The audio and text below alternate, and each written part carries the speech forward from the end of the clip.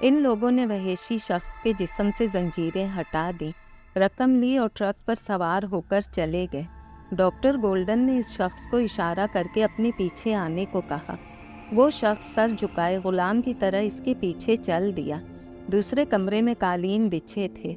Doctor ने इसे बैठने का इशारा किया। वो बैठ गया। इसके बाद डॉक्टर गोल्डन ने इसके ज़ख्मों पर मरहम पट्टी कर दी और इसे आराम करने को कहा, और ये हुक्म पाकर वो शख्स कालीन पर लेट गया। इसकी आंखों में एहसानमंदी की झलक नुमायां थी। वो डॉक्टर गोल्डन को फरिश्ता समझने लगा था, मगर इसे पता नहीं था कि वो इसके साथ क्या सलूक करने वाला है। 4 दिन वहशी शख्स को इसने खूब खिलाया पिलाया।